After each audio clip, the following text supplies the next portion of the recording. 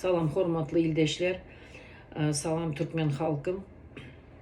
Biz ana şu gün 15'i, men Arca Muzafferova sizin bilen hemmemize ma'lum boluşuyalı. Bugün hemmemiz okadık, bildirişleri eşittik, maglumatları. Bizim yurdumuza giren 5 tane yankı bütün dünya sağlık kurumasının ekspertleri yankı maglumatlarda bizim yurdumuzda koronavirüs yok deyip çıkardı. Yöne bilemiz o bu zatlar nereden geldi, nereden çıktı. Biz men birazcık hazır bildiriş edecek olayan biz bu zatları beyle koymayız. Bize şu ekspertler yurda girenden beri 171 adamın spisiği elimize geldi. Ölen adamlar hemmesi yankı adı, familyası, yaşayan yeri bile hemmesi elimizde. Hazır biz hat yazıyız yankı kurama ama şu spisikler bilen adamların adı spisiği bizim bilenimiz 171 adam. Bize gelen haber yöne bu ölen adamların sanı yok. Ama ben hazır kendi görünecek değil. Prosta ayçak zadım birazcık ütkeşi girkizdik. Biz 29. iyulda Türkmenistan ilçhanasının önünde protestimiz vardı. Şu yankı koronavirüse karşı. Biz yine şu protesti Türkmenistan ilçhanasında etmeliydik. İlçhanasının önünde yöne. Biz şu ertirden, şu haber eşidenden sonra biz marşrutumuzu ütkedip biz yankı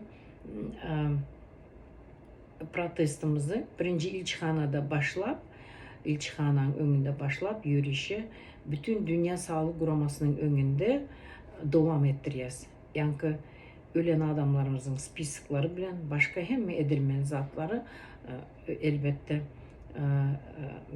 video translasiya bolar. Bilem ok yöne men edip bilmeyen sebebim mün adama çelimende abunacım yok. Eğer mün adam yazılsa mümkün etmeyimiz mümkün. Sebebi biz miting dövründe ki videoda aldırasımız gelmeye hem önüsümüzü şu yankı mitinge beriyor. Onun için hiç kim telefonum çıkarmaya dünya halkımız şu miting bilen hem önüsünü şuna beriyor.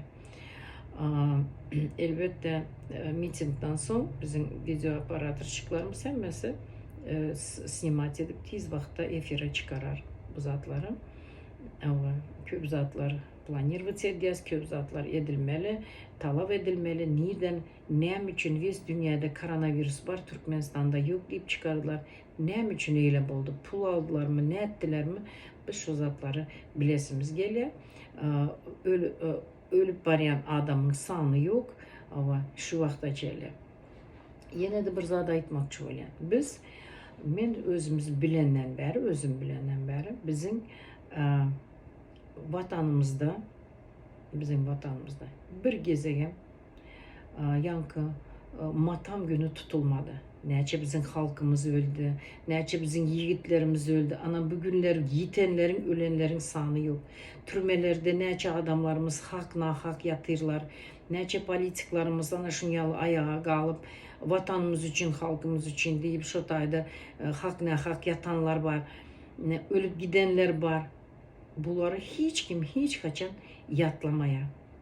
Yine bir 49. yılda olan yer titremesi bir şu gün bizde yatlama günlük belli etti.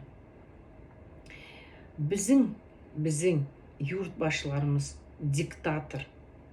Hiç kaçan halkımızı adam hatarında görmeye, hiç kaçan matam günü de tutturmaya, ama hiç hili halk bilen iş yok. Ay öldü gidersin.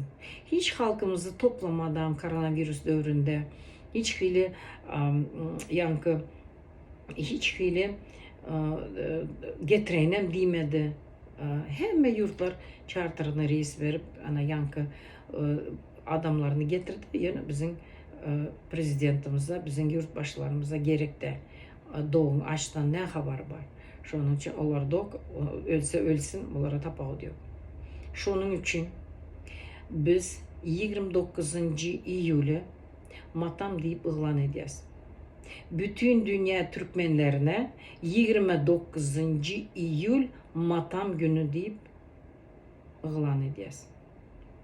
Biz halk bolup birbirimizi koramasak, birbirimizi yatlamasak, bizim yukarıda oturan yurtbaşlarımız hiç kaçan yatlamaya. Şunun için 29. iyul matam günü deyip ilan edeceğiz.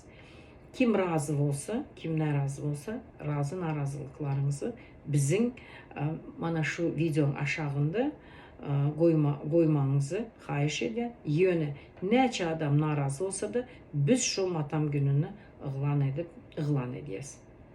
Böyle sağ olun.